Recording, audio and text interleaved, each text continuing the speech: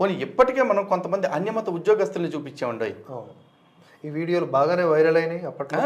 ఇక్కడ చూడండి, ఈవిడ ఎవరైతే ఉన్నారో ఆవిడ టీటీడీలో ఉద్యోగస్తురాలు.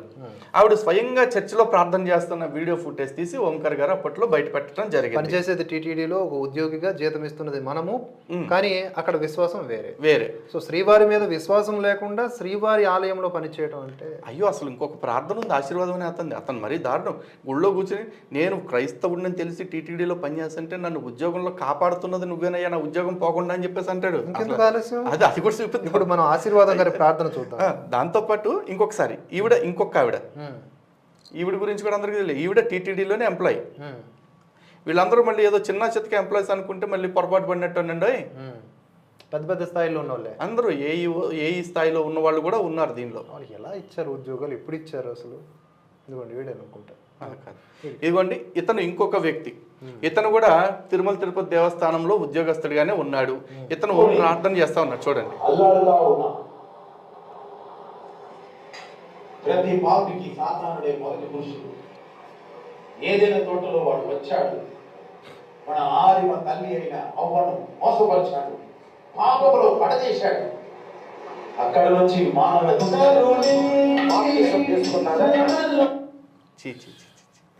వినటానికి రోత పుడతా ఉంటుంది కొన్ని. ఇక ఈవిడ చూడండి, ఈవిడ టీటీడీలో ఏఈగా ఉన్న స్టాఫ్ నర్సు ఏఈ ఉంది. ఆవిడ చాలా రోజులు అయింది కదా, పేరు మర్చిపోయాను. ఈవిడ స్వయంగా ఒక చర్చ్ నడిపిస్తూ ఉన్నారు, చర్చ్ ఓన్ చేస్తున్నారు. ఆవిడ చర్చ్లో కూర్చుని అందరికి పిల్లలకి నేర్పిస్తున్నారు. చూసారు? ఈవిడ టీటీడీ ఎంప్లాయీ. మరి వీళ్ళందరి మీద ఏం చర్యలు తీసుకున్నారు?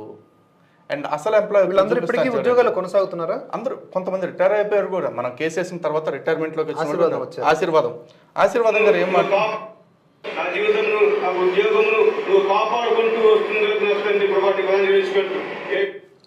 నా జీవితమును నా ఉద్యోగమును కాపాడుకుంటూ వస్తున్న యేసయ్య అంట. మళ్ళీ ఒకసారి వినండి, మళ్ళీ ఆధారాలు అడిగే బ్యాచ్లు మన చుట్టూనే ఉంటారు కామెంట్లో.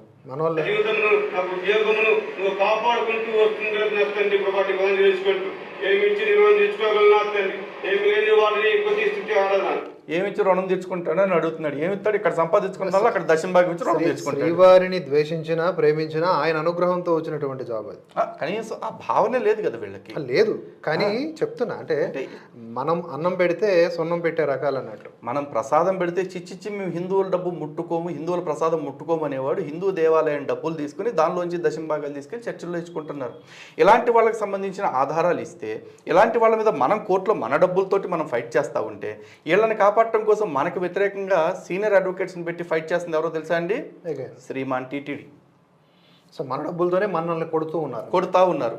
ఇంకా మీరు కూడా ఇప్పుడు లలిత్ కుమార్ గారు కూడా ఇదేమి మీరు ఇప్పుడు ఈ మధ్య చేసిన పోరాటం కాదు, నాకు తెలిసి దశాబ్ద కాలంగా నడుస్తూ ఉంది. దాంట్లో భాగంగా ఎన్నో కేసులను ఆయన ఎదుర్కొంటా ఉన్నారు టీటీడీ నుంచే. ఇది దౌర్భాగ్యకరమైన విషయం.